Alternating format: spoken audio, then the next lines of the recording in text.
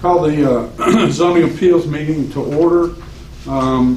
You've got a packet. I hope all of you have looked over the, well, first I guess I got to do the roll call first. Okay, let's do it. Bob Sanders, I'm here. Steve Cooper. Present. Ginger Hockenberger. Present. Oh, good. Bridget Wilson. Here.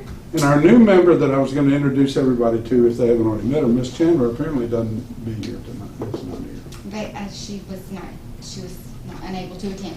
There you go. I like that. Okay, so have we read over the minutes from the last meeting? Yes. Yes. I apologize, Mr. Chairman. Could you please declare a quorum? Oh, yeah. Thank you. Can you give me a class on this, Robert? I your declare that we agenda. have a forum. Anybody opposed to that declaration? Nick. Okay, our non-voting staff, Sharon is here. Hi. Oh, yeah, I'm sorry. Thank you. It's okay. And John is not here. I'm Brittany And Stanley. you're filling in very well. Okay. And you got number 3. Number 3. Declare a quorum. I've got that. We've done Now that. you got that. Okay, a motion to approve the minutes from the last meeting. Did everyone read them over, and did they see anything that appears to be out of order? Now, motion to approve. Second. I believe those minutes have already been approved. Okay, well, they've asked me to approve them Let's again. go again, but I thought that they were. Okay. And number 5. We're talking about All in favor? March 3rd minutes. Yes, Yeah. March 28th. 28th. Okay. 2018. Any opposed? Any opposed? No. Okay. Passes unanimously. A motion to approve the agenda for tonight's No, meeting. the October 14th meeting. Oh, what day is it? That's today. Today. Oh, I make a motion to approve the the agenda. meeting, the agenda for the meeting. All in favor? No, I second it. Okay. She seconds it. All right, motion passes. Is that approved?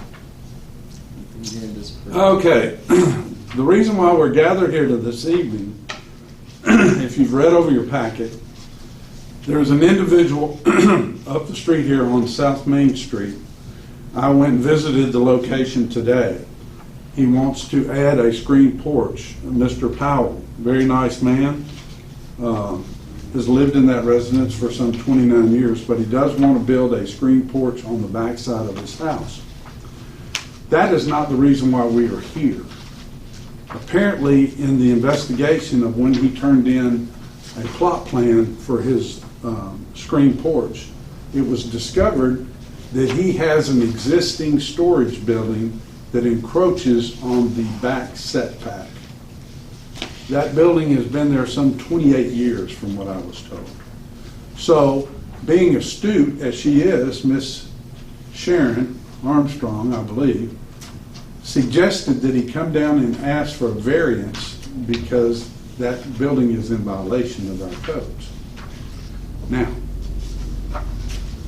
true, it does infringe on the back setback. However, when you go beyond his back lot, it's wooded and it's got a fence of the adjoining property behind the woodland.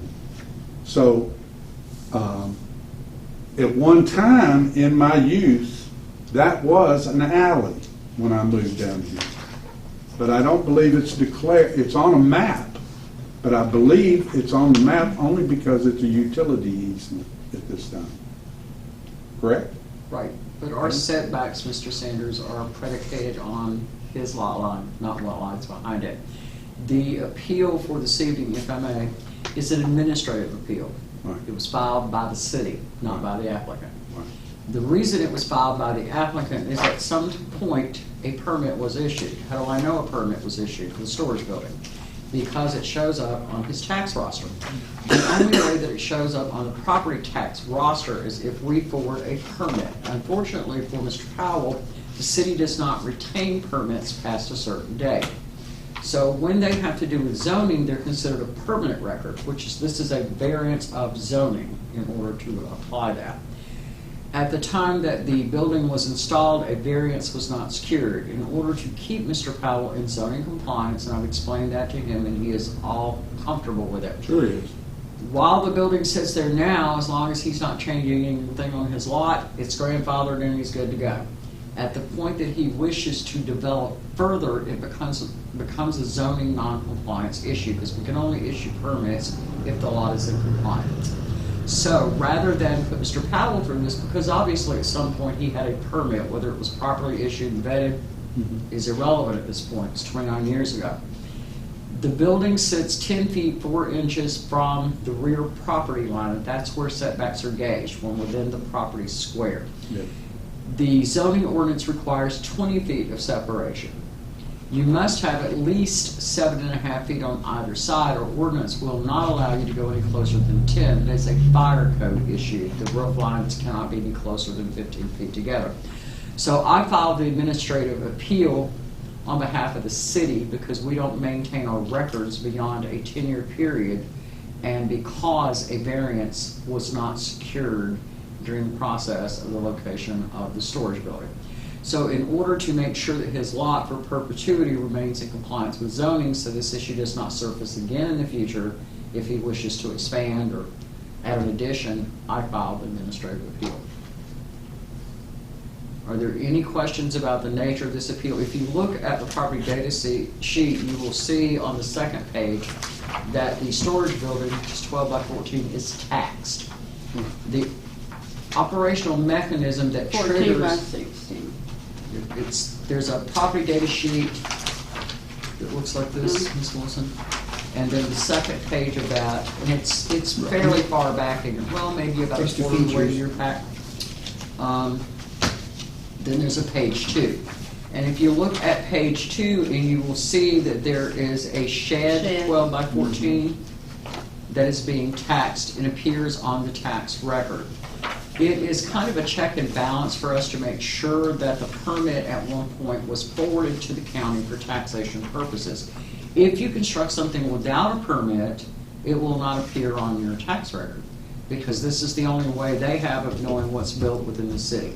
So I know that at some point, since this was taxed, woe all of these years, because it shows an improvement date of 1992, which lines up with what Mr. Sanders said about the length of time that it's been there.